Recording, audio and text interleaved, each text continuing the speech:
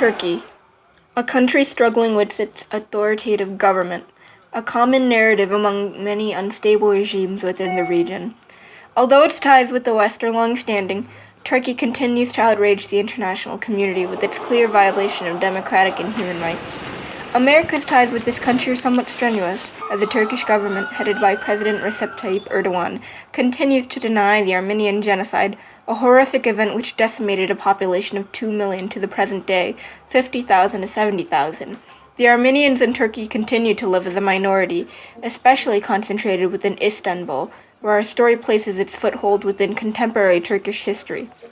Alongside the Armenian people in Turkey are the Kurdish people, another fuel to the controversy behind the remnants of the Ottoman Empire. And we have our live report on the Kurdish people's current standing in Turkey from Zamira. Thank you, Helen.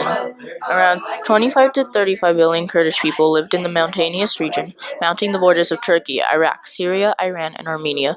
The Kurdish make up the fourth largest ethnic groups in the Middle East and yet do not have a permanent nation. The United States have been wanting to give the Kurds their own region, yet it's quite complicated. Recently, the Kurds have increasingly influenced regional developments, fighting for a self-governing country in Turkey and playing prominent roles in the conflicts in Iraq and Syria. The primary catalyst to this Turkish hostility, which does not appertain to a single nationality, was the many protests of Gezi Park of Istanbul, which is built upon a previous memorial to the Armenian genocide. The main reason that many sit-ins and violent uprisings took place was that the park was planning to be bulldozed by the Turkish government to create an Ottoman-style square with a shopping mall and a mosque, thereof ignorantly offending many Armenians in the region and many more of the young people of all Turkish nationalities. These protests began with a sit-in in June of 2013. After 3 days of protester encampment in Gezi Park, who mostly consisted of college students, the police was able to finally evict them. These groups of young people then began to organize in small democratic organizations, many of which are still alive today. Violent protests continue to this day.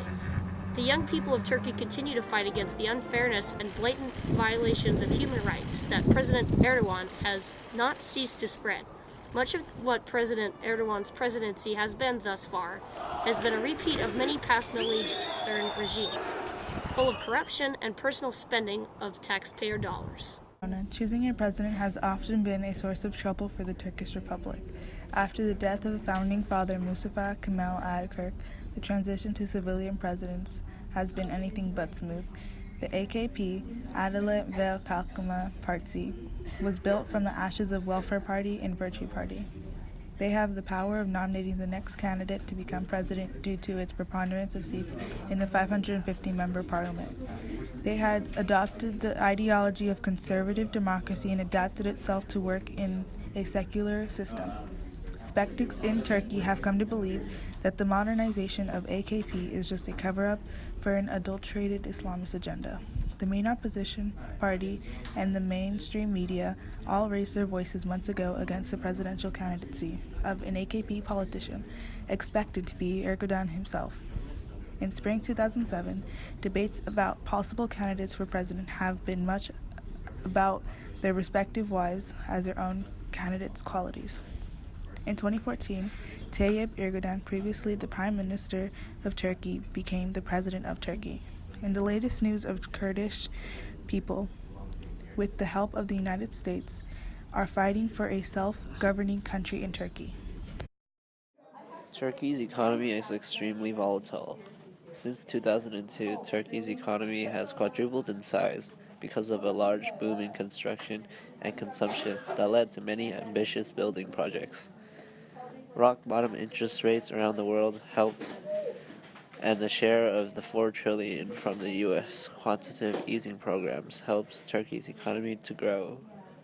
However, after this major boom in Turkey's economy, personal loans grew at an alarming rate. From 2010 to mid-2013, Turkey's citizens owned 57 million credit cards and carried approximately $45 billion in credit card debt. Turkey's economy increase has turned into a dangerous bubble that was similar to Western economies during the global financial crisis. Turkey and many other countries with similar economies heavily relied on money flowing in from other countries. Today, Turkey's economy is going upward in a positive trend. However, in 2016, the fight with Kurdish militants and geopolitical risks stemming from the war in Syria are threatening to halt the growth of Turkey's economy and plunge it into an economic crisis again. And so we return to the streets of Istanbul, still today riddled with insecurity and reeking of police brutality, a trademark of President Erdogan's reign, a socio-economic pressure cooker about to burst.